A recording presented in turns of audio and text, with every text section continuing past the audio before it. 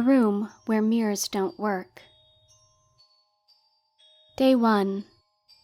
Last week, my wife and I flew across the country and moved into an attic apartment on the 3rd story of an old Victorian home. It overlooked the frigid St. John River, and it hit that right combination of run-down and charming. Our landlord was an elderly maritimer. She had a few rules. No loud parties after 10, no smoking with the windows closed, and no dogs, but cats were just fine. She emphasized a final rule: absolutely no mirrors in the storage room. We spent the day moving in all our possessions, carrying them up the exhausting wooden stairs affixed to the side of the building.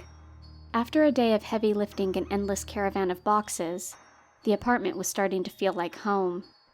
We had to smile when, as we brought up the last box, the sky opened up and drenched us in our sweaty clothes.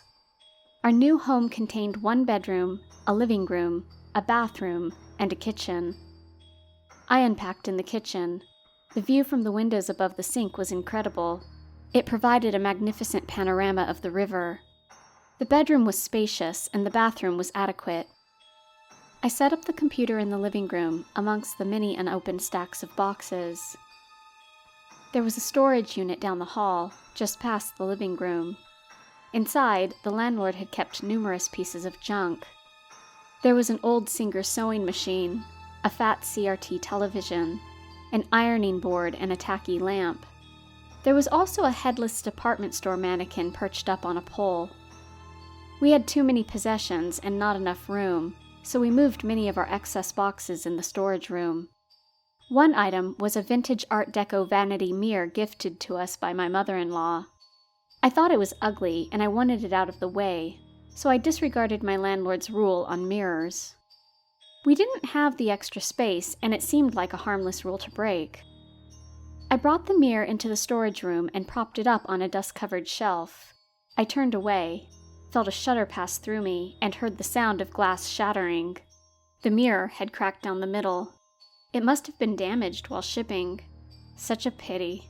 I'd have to tell my wife about that. But later. At the end of our first night in our new home, we shared a bottle of the local Pickeroons beer and passed out on the bare mattress. Day 2. The next day, we adopted a cat from the animal shelter. She was a white and gray tabby named Fergie. She hid under the couch for most of the day, but her opposition soon melted away as she warmed up to us. We propped open the storage room door and stored her litter box in there. Back in the kitchen, I noticed the river looked a lot higher today. I read the local newspaper warning residents about the potential for catastrophic flooding in the next week. It looked like we didn't choose a very good week to move in on. Day 3. The next day, I awoke to heavy rain pelting my bedroom window. I walked into the kitchen to make my morning coffee, and I was startled to find a decapitated human silhouette in the living room. My eyes adjusted, and I realized that it was the headless mannequin from the storeroom. My bleary-eyed wife joined me. She asked, "Why did you bring that out?" I laughed and said, "I didn't put it there. Quit kidding around." This went back and forth for a while, neither of us conceding that we placed the mannequin in the living room. Eventually, I relented and offered to bring the mannequin back to the storage room. I turned on the hanging storage room light and discovered there was already a mannequin present. We are now in possession of 2 mannequins, both indistinguishable from the other. "Hey, hun?" I called to my wife, and I heard her come down the hall. "What the hell?" she asks. "2 of them? Where did the other one come from?" I plead ignorance. I placed the new mannequin next to the original. I said I would talk to the landlord the next time I saw her, and ask if she had placed an excess mannequin in our living room. Day 4. The next morning, the mannequin was back in our living room, but this time it had been joined by other objects. The Singer sewing machine rested on the kitchen counter. The old TV sat just outside the bathroom door, while the ironing board and the lamp were positioned near the front entrance. The mannequin was in the same spot as the day prior. My wife was irate. "Have you talked to the landlord yet? I don't appreciate her mucking about in our room at night, rummaging through her stuff." "Not yet," I said. I picked up the tacky lamp first and carried it to the storage room. I immediately discovered that there was already a tacky lamp in the storage room. In fact, there were duplicates of every misplaced item. "Hey, hun?" Over coffee, we discussed the weirdness of the situation. We agreed it was sheer lunacy. The best explanation we could come up with was that the landlord bought things in pairs and decided that the middle of the night was the best time to move them around our apartment. My wife suggested we set up a webcam and monitor the living room. Since it happened the last 2 nights, maybe we could catch the landlord on camera moving in more junk. This had to violate some part of our tenancy agreement. I set up the webcam in our living room and set it to record while we slept. Day 5. The next morning, all of the items, the sewing machine, TV, ironing board, lamp, and headless mannequin, had returned to the same spots as the previous morning. I downloaded the webcam video and turned it on. At around 1 a.m., I see something enter the frame. The Singer sewing machine appears to be squirming across the living room floor. It seems to be moving as though carried by a throng of ants. It makes a slow progress across the room, leaving in its wake a slimy, translucent path like a snail. The other objects soon follow.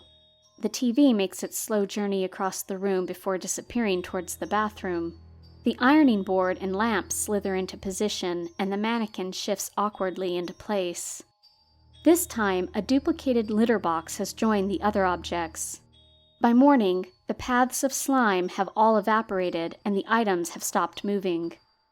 My wife comes in to join me. "Hey, have you seen the river today?" she asks. I show her the video.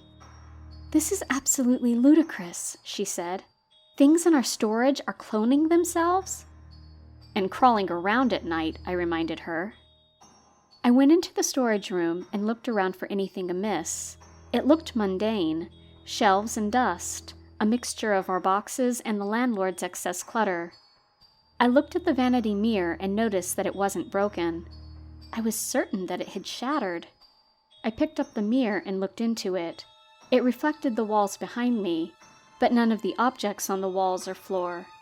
I could see myself, but according to the mirror, I was in a completely empty room.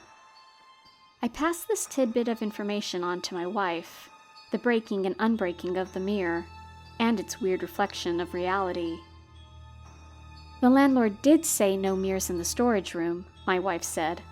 "I suppose we should take it out." "No," I said. "Let's leave it in there, just for a bit. I want to see how this plays out." She frowned, but consented. I knew she was intrigued too. Day 6. The next morning on my way to make coffee, I noticed the storage room door was closed. I opened the door, and 2 identical Fergies popped out. They both rubbed my legs like cats do, and meowed a hungry greeting. My wife joined me. "I need caffeine before I can process this one," she said, and I agreed. We made our way to the kitchen, minding the litter box which had settled in the middle of the hallway. The 2 cats followed us. We couldn't stick around for long. We both started school that morning, and would be away for much of the day. We would have to leave the cats alone. We resolved to look closer at this imposter cat when we got home. The copycat could use the copy litter box, we figured. Before we departed, I turned on the webcam to record throughout the day. When we returned home, only 1 cat greeted us at the door. I entered the kitchen and found rain pouring through an open window.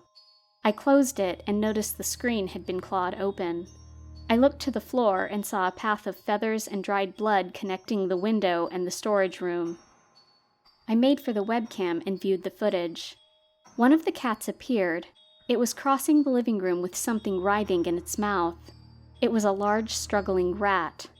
The cat is shown carrying the rat into the storage room. Moments later, the cat reemerges and darts back out the window.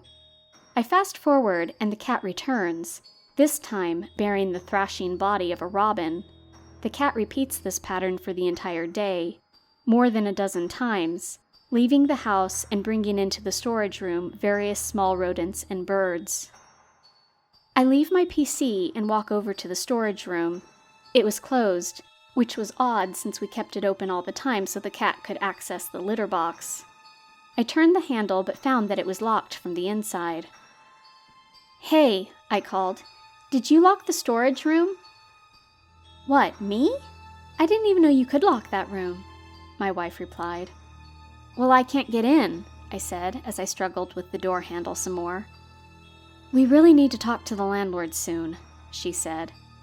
I know, I haven't seen her in days," I said. For the rest of the day, the door remained locked. I walked past it over and over, fumbling with the handle.